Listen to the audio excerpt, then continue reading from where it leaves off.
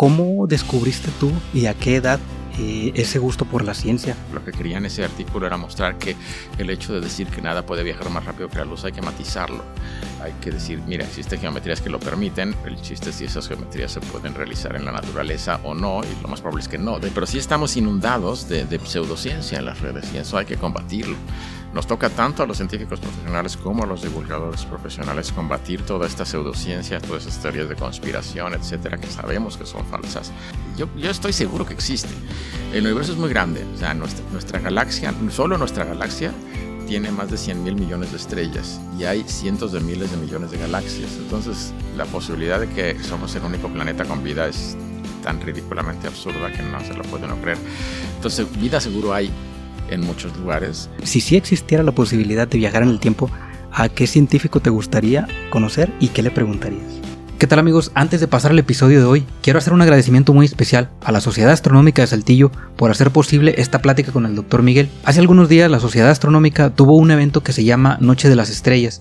Este evento se lleva a cabo en todo Iberoamérica y aquí en Saltillo se llevó a cabo en las instalaciones del Centro de Cultura Científica del CUECIT, a quien también le agradecemos por hacer posible que sucedan estos eventos de divulgación. Y pues invitarte a que si en algún momento tienes la oportunidad de asistir a un evento de divulgación, que no la dejes pasar. Ya los investigadores, científicos, divulgadores en diferentes áreas del conocimiento y las diferentes instituciones están haciendo posible que sucedan este tipo de eventos de divulgación. Ahora nos toca a nosotros como sociedad atender estos eventos, acercarnos un poquito más al conocimiento y al aprendizaje. Y bueno, te invito a que me dejes tus comentarios si ya habías tenido la oportunidad de asistir a una conferencia con el Dr. Miguel Alcubierre o si es la primera vez que escuchas hablar de él. Y también te invito a que me sigas en todas mis redes sociales como José Vallejo, aquí en YouTube como Más Allá de la Ingeniería. Tus comentarios, tus likes nos ayudan a que este contenido pues se siga distribuyendo a más personas. Si te gusta el contenido de ciencia, también te invito a que te suscribas y actives la campanita para que te lleguen las notificaciones cada vez que subimos un nuevo video. Y pues nada, te dejo con el video y te leo en los comentarios.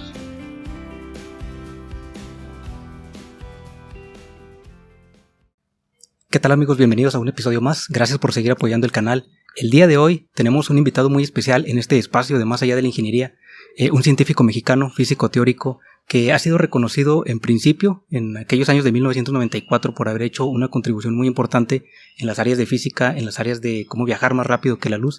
Esta aportación que hizo es un modelo matemático que permite justamente hacer este viaje más rápido que la luz, y mejor conocido como la métrica de Alcubierre. Y pues nada más y nada menos que el doctor Miguel Alcubierre Moya.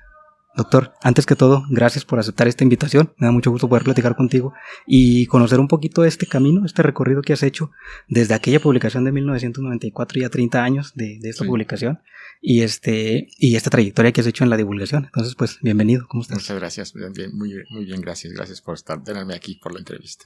Gracias. Pues fíjate, me gustaría comenzar con una pregunta. ¿Cómo descubriste tú y a qué edad ese gusto por la ciencia? Porque ya en algunas entrevistas has platicado que es una trayectoria que fue desde pequeño. Me gustaría conocer un poquito a qué edad fue y cómo descubriste. Bueno, una edad exacta es difícil de decir, y desde que estaba en la primaria me gustaban las matemáticas. Era la materia que más me gustaba porque era la materia más fácil. Porque para todas las demás materias había que aprenderse cosas de memoria y yo tengo muy mala memoria, y en cambio para las matemáticas nada más había que pensar, no había que aprenderse nada.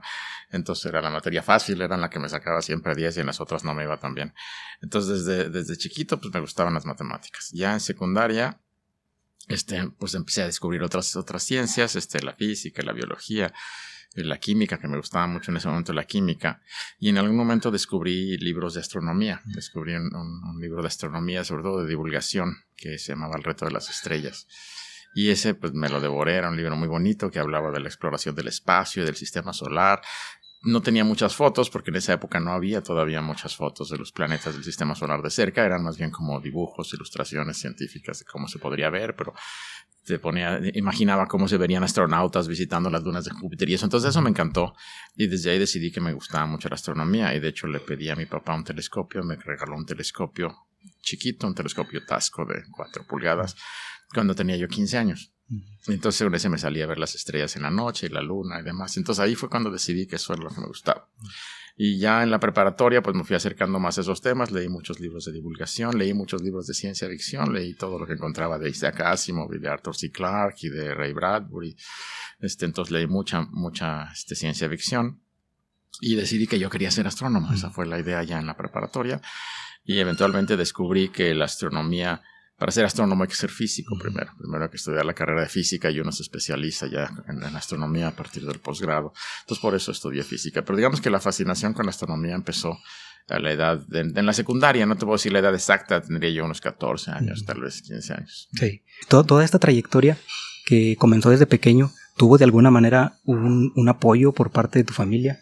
Porque yo considero que es importante mencionar que, por ejemplo, cuando algún niño tiene esta intención de profundizar en estos temas, el entorno en el que vive contribuye mucho a que florezcan este tipo de habilidades, Sí, ¿no? yo siempre tuve el apoyo de mis papás. Mis papás nunca me dijeron que no hiciera ciencia, que no estudiara física. Al contrario, cuando les dije que quería estudiar física, pues siempre me apoyaron, me dijeron que yo podía estudiar lo que yo quisiera y que les parecía muy bien. El único que en algún momento me dijo algo al respecto fue mi abuelo materno, que me dijo que no estudiara yo física porque me iba a morir de hambre, que estudiara yo ingeniería. Y no le hice caso. Y bueno, no me he muerto de hambre, o sea que estaba mi abuelo equivocado en eso. Pero no, mis papás siempre me apoyaron, siempre me dijeron que yo podía estudiar lo que yo quisiera. Igual con mis hermanos, mis papás siempre fueron de apoyar mucho las decisiones que tomábamos nosotros, y no influenciarnos de alguna otra manera, ¿no? Fíjate, y lo comento justamente por eso, porque al menos aquí en la región norte de México, la zona es muy industrial automotriz, muy metalmecánica, entonces hay muchas ingenierías de este lado, aquí en Saltillo, y desde pequeños tenemos como que o nos inculcan estudiar una ingeniería, justo por lo que dices, porque dicen, con estudiando una ingeniería vas a ganar dinero, vas a tener una vida más asegurada. Obviamente nos damos cuenta de que no necesariamente es así, y al final de cuentas descubrir esta vocación de científico, pues en tu caso te ha llevado a desarrollar un modelo matemático que te ha puesto, yo desde mi punto de vista, a la altura de los grandes científicos. Bueno. Y me gustaría platicar un poquito sobre esto. ¿Cuál fue el momento de inspiración para tú poder decir, bueno, quiero proponer esta idea, obviamente con bases científicas, y ver qué se puede hacer en ese sentido, ¿verdad? Bueno, fue algo que hice cuando estaba yo haciendo mi doctorado. Estaba yo haciendo mi doctorado en el Reino Unido, en el país de Gales, en la ciudad de Cardiff. Estaba haciendo yo mi doctorado sobre agujeros negros, que de hecho es el trabajo que me dedico hoy en día. Simulaciones computacionales de agujeros negros, pero se me ocurrió esta idea, que siempre he tenido ese gusanito de cómo se podría viajar las estrellas. Y se me ocurrió la idea viendo una vez un episodio de Star Trek, de Viaje a las Estrellas, de la nueva generación. No recuerdo cuál episodio, pero algún episodio. Yo me juntaba con mis amigos, mis compañeros de doctorado, los viernes en la noche a ver episodios de Star Trek que rentábamos en esa época en videocassette, ¿no? Todavía, y rentábamos eso y veíamos episodios los viernes. Entonces, en alguna ocasión, un viernes en la noche, me puse a pensar en qué podría hacerse para quizá alguna vez viajar más rápido que la luz, que siempre hablaban ellos de una cosa que en inglés se dice warp drive, que se traduce al castellano, algo así como propulsión por curvatura o algo así. Y yo estaba estudiando relatividad general, que es la teoría que nos dice que la gravedad es una curvatura del espacio-tiempo. Entonces, juntando estas ideas y pensando sobre todo en la expansión del universo, fue como se me ocurrió esta idea de expandir el espacio detrás de una nave y comprimirlo enfrente. La idea se me ocurrió, pues, después de ver este episodio, no me acuerdo el día exacto, pero fue en algún momento en 2002, en 1992, perdón, en 1992. Y me acuerdo que me puse muy emocionado, y al otro día, que esto era un viernes en la noche, al otro día, el sábado, fui a la oficina a hacer cálculos, para tratar de diseñar un modelo geométrico matemático, o sea, no con sino matemático en la computadora, tratando de diseñar las ecuaciones que describieran este tipo de situación, este espacio que yo me había imaginado con una expansión y una contracción. Y entonces sí pude finalmente encontrar una expresión matemática para esto, aunque ese día salí con una expresión muy sencillita, pero lo fui refinando en las próximas semanas y eventualmente ya tenía yo un modelo matemático que parecía interesante. Se lo enseñé en su momento a mi asesor de doctorado, un poco asustado de que me dijera que dejara tonterías. Pero él me dijo, no, lo leyó y me dijo, oye, esto está muy bonito, está interesante, ¿por qué no lo publicas? Y entonces me ayudó a escribir el primer artículo científico que yo escribí en mi carrera, que fue ese. Y salió, eventualmente tardó un tiempo, porque la primera revista, lo que lo mandé, no lo quiso publicar, porque les parecía que no era interesante. Y entonces tuve que intentarlo en una segunda revista y eventualmente sí se publicó. Entonces por eso salió hasta el 94, aunque la idea fue del 92, porque tardó en publicarse. Entonces así fue como el génesis de la idea, ¿no? Y bueno, ese no era mi trabajo de doctorado. Mi doctorado, de hecho, no es en eso, y ese artículo ni siquiera lo menciono en mi tesis de doctorado. Mi doctorado fue de otras cosas, ¿no? Fue de simulaciones de agujeros negros. Sí. Hoy en día es muy difícil que que alguien tenga una idea, vamos a decirlo así, revolucionaria y la pueda lanzar. ¿En algún momento te topaste con eso? Que alguien te dijera, oye, ¿sabes qué? Esta es una idea que viene de una serie de ciencia ficción, pues probablemente no tenga relevancia o algo así. Bueno, sí, justo como te comentaba, la primera revista lo que lo mandé no lo quiso publicar porque les pareció al árbitro, a la persona que lo revisó, que esta era una idea que no valía mucho la pena, que no tenía mucho interés. Entonces no se publicó y tuve que intentarlo en una segunda revista y ahí sí ya se publicó. Entonces sí, es una cosa que mucha gente me dice. O sea, no, estrictamente no es algo tan revolucionario. Es una propuesta de una geometría. Y geometrías es con lo que trabajamos todos los días los que hacemos relatividad. Entonces no es en ese sentido tan revolucionario. Es simplemente una propuesta de una geometría interesante, que se ve bonita y ya. Digo, si le preguntas a casi cualquier físico hoy en día que trabaje en estos temas, te va a decir lo mismo. Te va a decir, esto es una propuesta interesante, bonita y ya. No es una cosa ni revolucionaria ni que vayamos a hacer mañana y a lo mejor resulta imposible. Eso me queda clarísimo y me quedaba clarísimo desde el día 1. Yo lo que quería en ese artículo era mostrar que el hecho de decir que nada puede viajar más rápido que la luz hay que matizarlo. Hay que decir, mira, existen geometrías que lo permiten, el chiste es si esas geometrías se pueden realizar en la naturaleza o no, y lo más probable es que no. De hecho, lo dije en el artículo original. En el artículo original termino diciendo lo más probable es que esto no sea posible. Esa es mi conclusión final. Sí. Pero bueno, salió y me pareció una idea interesante y sí se publicó y bueno, de alguna manera explotó, ¿no? Mucha gente, pero explotó sobre todo fuera de la ciencia. Te digo, en la ciencia a los científicos les parece una idea interesante, bonita y ya. Lo que la ha hecho famosa es más bien fuera del ámbito científico, ¿no? Sí, y justamente fíjate, por ese sentido, porque ya han pasado 30 años de aquella publicación, al día de hoy, con avances de modelos matemáticos, con avances de computación, ¿has pensado seguir por esa línea, retomar un poquito? La verdad no le veo no veo por dónde. O sea, sí ha habido gente que ha escrito artículos al respecto. Este artículo tiene cerca de 500 citas en la literatura científica, pero han sido cosas más bien que exploran como cosas alrededor, cómo se vería desde lejos, qué pasaría si estás dentro, cómo se vería, qué tipo de materia necesitarías para generarlo, que yo ya sabía desde el principio que era materia que probablemente no exista, una cosa que llamamos energía negativa, pero han tratado de ver si se necesitaría menos energía negativa, que bueno, si menos es mejor, pero si no existe, pues menos da igual. Entonces yo no he tratado de seguir esa línea de investigación, o sea, ese fue mi primer artículo científico y nunca he vuelto a escribir nada sobre el tema. Es el único que escribí sobre el tema. A la fecha tengo 60 artículos científicos. Y ese fue el único sobre este tema, todos los demás son sobre otras cosas. Entonces no he visto la manera de seguirle y no he tenido mucho interés en seguir al respecto, la verdad. Sí. Digo, tú siendo el conocedor, pues sabes cuáles son las limitantes y cuáles son Exacto, yo le veo muchas limitantes y entonces no veo por dónde proseguir de momento. Sí. Ahora fíjate, una vez que se publica y que empiezas a tener todo vamos a decirlo de alguna manera como fama, como dices, fuera de la ciencia, y también sigues haciendo divulgación científica, llevando a la gente de manera sencilla este acercamiento a la ciencia. Y quería preguntarte justamente, ¿cómo ves tú la divulgación científica en México desde el punto de vista de los investigadores y desde el punto de vista de la sociedad que somos los receptores? Yo creo que hace falta mucha divulgación científica en México, se hace poco. Y es importante que los científicos la valoremos y los que tengamos el interés o la facilidad lo hagamos. Para mí siempre ha sido interesante. Yo crecí, como te comentaba al principio, leyendo mucha divulgación, leía mucho Isaac Asimov, que no solo hacía ciencia ficción, también escribió muchos libros de divulgación, leía muchos libros de divulgación de Asimov, leí el de Carl Sagan, muchos libros de Carl Sagan en su momento. Y la divulgación de gran forma fue la que me impulsó a ser científico. Entonces, para mí la divulgación es importante para llevar a la sociedad los conocimientos científicos y además para despertar vocaciones científicas en los jóvenes, que es como un poco como me pasó a mí. Sí se hace divulgación en México, aunque son pocos. Tenemos divulgadores profesionales. También es un debate si la divulgación lo deben hacer los científicos o los divulgadores profesionales. Yo creo que hay un papel para ambos. Los divulgadores profesionales saben cómo hacerlo, a eso se dedican. Su trabajo es traducir los conceptos científicos complicados a un lenguaje que la gente pueda entender, y es un trabajo especializado.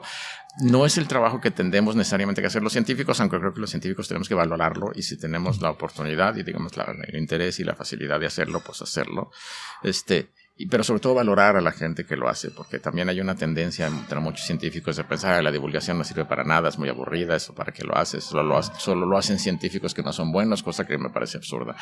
Yo creo que es ridícula. Creo que hay una vocación también de gente que lo que quiere hacer es divulgación, y eso es muy, muy valioso, yo creo, no solo válido, sino valioso, porque necesitamos que estos conocimientos vayan a la sociedad, no podemos quedarnos solo en nuestra torre de marfil. Pero sí, nada más insisto, no tiene que ser necesariamente el trabajo de los científicos, porque luego hay gente que dice dice justamente que la divulgación la tienen que hacer los científicos profesionales y yo no estoy de acuerdo. Los científicos profesionales, en mi experiencia, la mayor parte de los científicos profesionales son muy malos divulgadores. Y ahora que un poco se ha vuelto casi obligatorio, porque ahora en el Sistema Nacional de Investigaciones del CONACYT te piden obligatoriamente hacer divulgación. Y creo que eso es muy mala idea, porque creo que eso lo que nos va a llenar nos va a inundar de mala divulgación. Yo creo que más bien al revés, lo que hay que hacer es valorar a quien lo hace, eso sí, pero no obligar a los científicos a hacerla, porque entonces eso va a pasar. Los que no la saben hacer bien lo van a hacer por salir del paso y por cumplir el requisito y nos vamos a llenar de cosas mal hechas.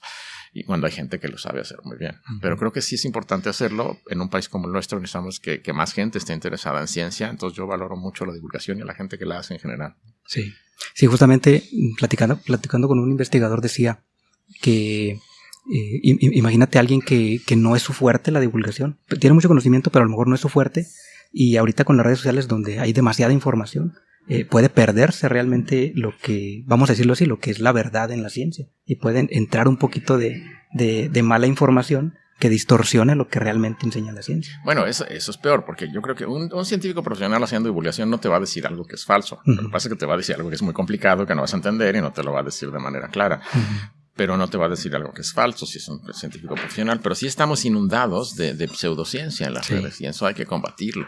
Nos toca tanto a los científicos profesionales como a los divulgadores profesionales combatir toda esta pseudociencia, todas esas teorías de conspiración, etcétera, que sabemos que son falsas. Y que por desgracia llaman mucho la atención, aunque nosotros sabemos que son falsas, mucha gente se las cree porque son llamativas. A la gente le gusta pensar que ellos tienen la verdad y que todos los demás lo están engañando. Entonces esa es una cosa que hay que combatir. O sea, los científicos no estamos tratando de engañar a nadie. Estamos tratando de entender la naturaleza de la mejor forma que podamos, ¿no? Y cuando podamos explicárselo a la gente, creo que es muy útil y muy, muy importante, sobre todo ahorita, porque digo, en las redes se hace famoso cualquier charlatán diciendo cosas que son completamente mentira, pero que suenan bonitas. Y entonces combatirlo es importante, pero es complicado, porque luego la ciencia de verdad suena más aburrida. Y entonces, y además, generalmente luego tiene conceptos más complicados que son más difíciles de entender. Y entonces eso lo hace difícil, es un reto, pero hoy más que nunca yo creo que es muy, muy importante hacerlo, porque sí corremos el peligro. Digo, gente que niega la llegada a la luna, que por completo desconocimiento, gente que dice que la Tierra es plana, todavía peor. Pero finalmente eso no es tan grave. Si alguien dice que la Tierra es plana, pues uno dice, pues está mal de la cabeza y ya. Pero gente que niega las vacunas, eso asusta.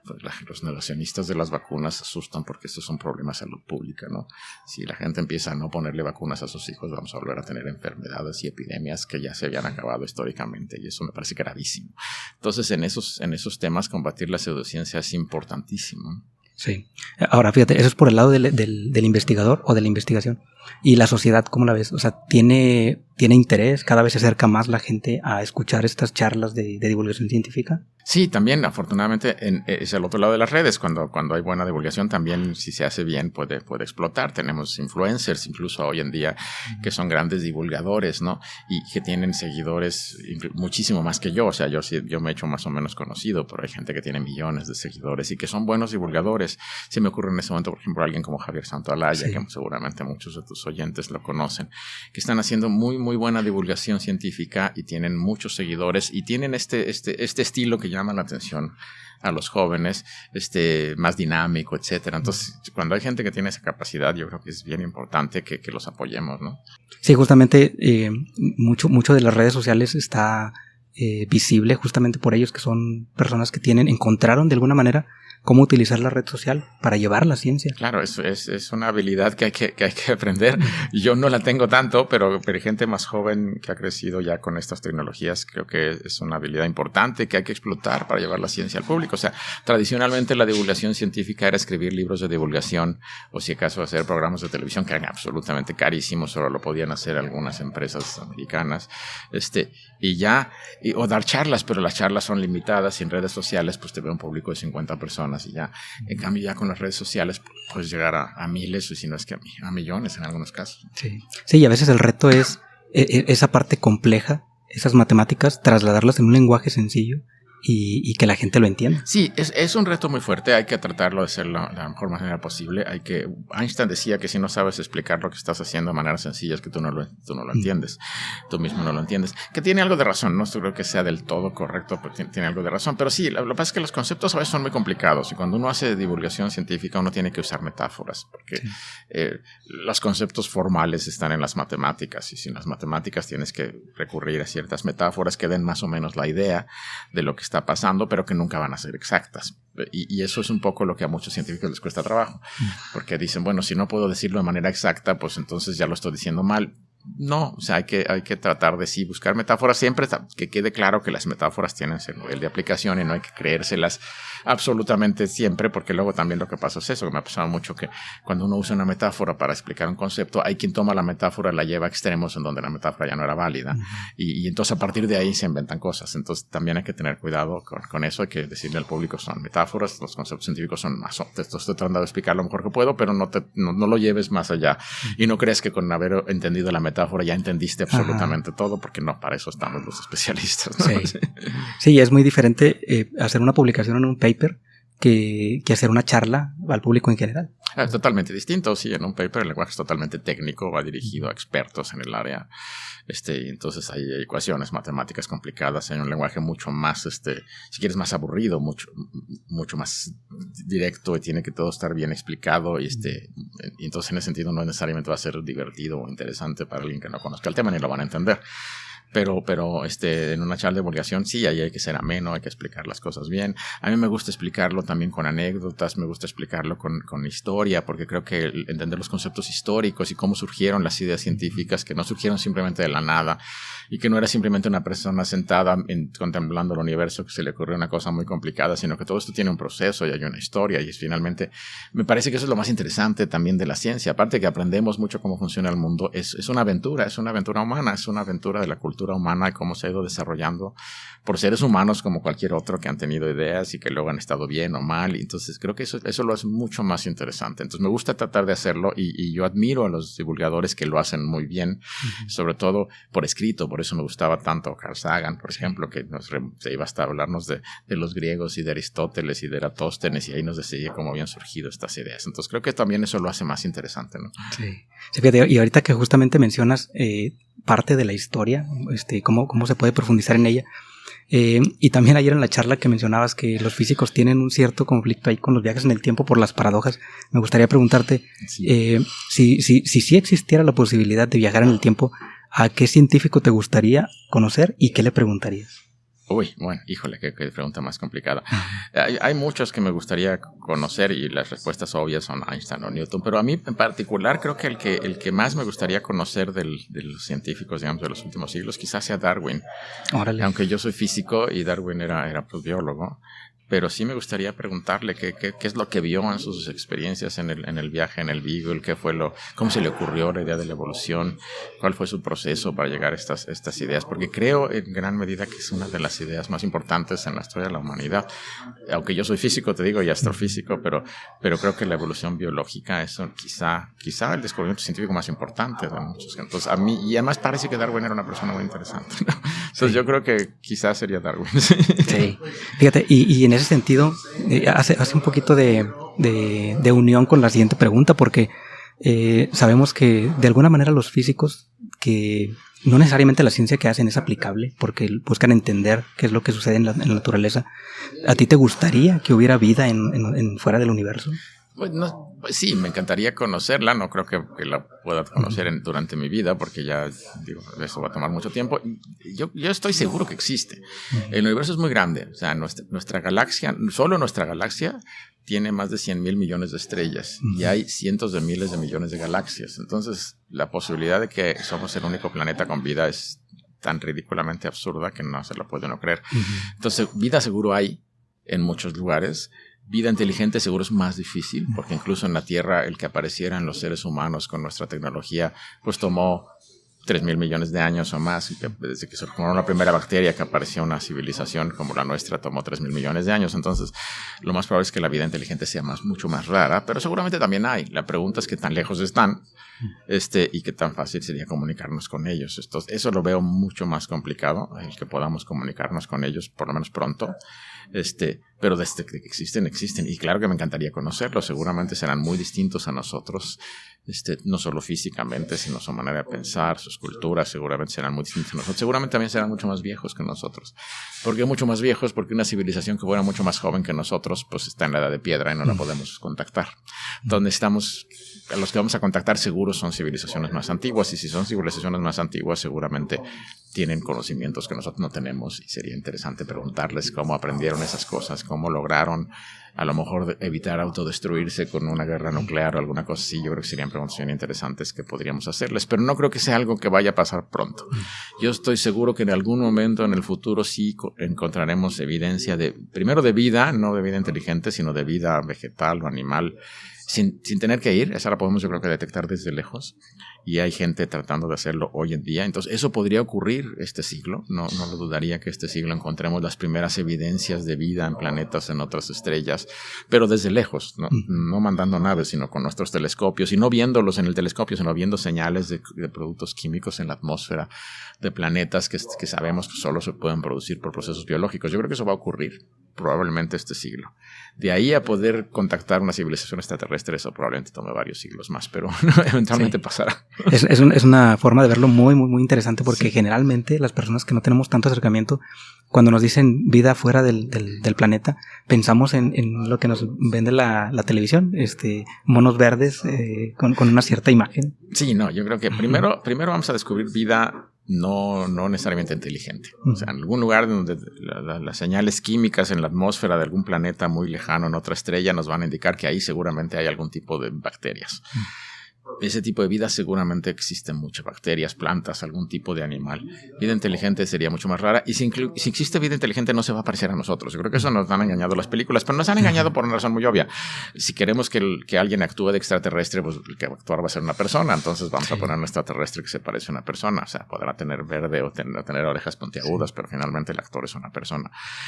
Y yo creo que si existe una civilización allá afuera, van a ser muy distintos a nosotros. No tienen por qué parecerse a un ser humano para nada. Y lo vemos aquí en el planeta. O sea, en este planeta hay seres inteligentes, no tantos como nosotros, pero bastante inteligentes, que no se parecen nada a nosotros. Y no me refiero solo a los chimpancés, que sí se parecen, pero están los delfines, que son muy distintos a nosotros, son muy inteligentes. Están los elefantes, que son muy inteligentes y no se parecen a un ser humano, aunque sean vertebrados. O peor aún, si te vas al mar, los animales más inteligentes en el mar son los pulpos, que no se parecen nada a nosotros. Entonces, ¿por qué un extraterrestre inteligente se tendría que parecer a un ser humano? Pues no, podría parecerse más a una araña o una langosta que a nosotros. No hay manera. Entonces, cuando los conozcamos seguramente serán muy distintos. Sí. Sí, fíjate, y sabemos ahorita que tienes una agenda ocupada, y me gustaría ir cerrando con 3 preguntas. La primera es, ¿qué mensaje le podrías dar a la generación que es más o menos de mi edad, que son generación de los 30, que tienen hijos, y qué mensaje les darías para que los pudieran introducir en el mundo de la ciencia? Pues yo creo que desde chiquitos, si los niños muestran un interés, esta curiosidad por cómo funciona el mundo, ayudarlos a entender las cosas, y incluso si los padres no las entienden muy bien, pero el niño pregunta, a lo mejor llevarlos al museo, o sea, que conozcan los museos. Yo creo que eso es algo que me ha tocado, que me da mucha tristeza, que gente que yo conozco de 20 o 20 años nunca en su vida ha ido a un museo. Digo, bueno, esto es terrible. Y no solo un museo de ciencia, un museo de cualquier cosa, pero lleven a sus hijos a museos para que vean el desarrollo de la cultura humana, museos de arte, museos de ciencia. Y si tienen interés por la ciencia, pues ayúdenlos, impúlsenlos, cómprenles libros cuando ya sean suficientemente grandes para leer, libros de divulgación, justamente porque hay libros de divulgación dedicados a niños que la gente escribe, que a mí me parece mucho más difícil, que escribir para un niño menor de 10 años es difícil, pero la gente lo hace. Hay libros de divulgación científica dirigidos a niños pequeños, y luego ya hay unos libros más dirigidos a adolescentes. Entonces yo creo que si su hijo muestra esta inclinación por entender el universo y que le interese la ciencia, yo creo que hay que cultivarla y hay que apoyarlo así. Museos, libros, charlas, programas de televisión. Hay mucha evolución en muchos lados. Yo creo que era más cuestión de buscarla. Y no al revés de decirle, bueno, eso yo no lo sé, no me interesa, y entonces no preguntes esas cosas. Más bien, pues, si el padre no lo sabe, que lo ayude al niño a encontrar dónde puede estar la información, ¿no? Sí, generalmente se trata de motivar mucho a que haya divulgación para niños, y qué bueno que ahorita das este mensaje porque es muy importante. Y nada más para terminar, ¿dónde puede la gente encontrar tu libro para que quienes estén interesados pues lo puedan por ahí conseguir? Bueno, este es, de momento es el único libro de divulgación que yo he escrito. Está en coautoría con un divulgador muy reconocido, que además es amigo mío, Sergio Díaz Regules. Es un poco autobiográfico el libro, porque habla de mi experiencia como científico personal. Se encuentra, yo creo que en cualquier librería grande, por ejemplo, en librerías como Gandhi, en librerías como El Sótano en Ciudad de México. Pero si no están viviendo en Ciudad de México y lo que les cuesta más trabajo, seguramente lo pueden encontrar en línea. En Amazon, por ejemplo, yo sé que se vende, entonces si les interesa, pues lo pueden conseguir así. Pues ahí está la invitación para que vean el libro. Aquí lo voy a mostrar. La verdad es un libro muy interesante. Habla un poquito de Einstein, ese científico tan importante y todas sus aportaciones. Y también, fíjate, la última pregunta me gustaría que nos platicaras, en este evento de Cosmos, ¿qué día va a ser tu participación? Y más o menos a grandes rasgos, ¿qué es lo que vamos a ver? Bueno, el evento Cosmos es un evento que va a durar 3 días, que va a haber divulgadores, no solo científicos, también de otras áreas, de humanidades, de otras áreas, incluso políticos, que van a hablar. Entonces es un evento un poco grande de muchas áreas de divulgación, que dura 3 días en Ciudad de México, desde el 15, 16 y 17 de diciembre. Yo solo voy a hablar el día 15 de diciembre, que es el día dedicado más a divulgación en física y astronomía. Y voy a dar una charla de aproximadamente 25 minutos, media hora, sobre justamente esto de viajar más rápido que la luz y eso. Entonces, es un evento más dinámico, no van a ser charlas largas, sino van a ser charlas un poco más cortas, más dinámicas y varias de diferentes temas seguidas. Entonces, sí es un evento más parecido a las TED Talks que hay en otros lugares, ¿no? O eventos que se hacen en otros países. Por ejemplo, me recuerdo que en Chile hacen un evento que se llama el Congreso Futuro, entonces es una cosa similar a eso, pero ahora en México. Y te digo, yo voy a estar el día 15 de diciembre. Sí, veíamos en internet que es un evento, vamos a decirlo así, multidisciplinario, porque vienen filósofos, vienen físicos, vienen, por ejemplo, personas que se dedican a ingeniería de alimentos, o sea, ahí está variando. Sí. Es muy interdisciplinario para hablar de muchos temas diferentes que son temas de interés, y yo creo que va a estar muy interesante. Pues Miguel, quiero agradecerte por este ratito que me regalas de plática, porque la verdad es muy importante llevar a la gente este contenido de divulgación, y tener esta plática contigo, la verdad es muy interesante y me da mucho gusto. Te agradezco mucho. Sí, gracias. Y pues a todos ustedes que nos acompañaron hasta el final del video, no olviden suscribirse al canal, compartir, darle like, y pues nos vemos en el siguiente video.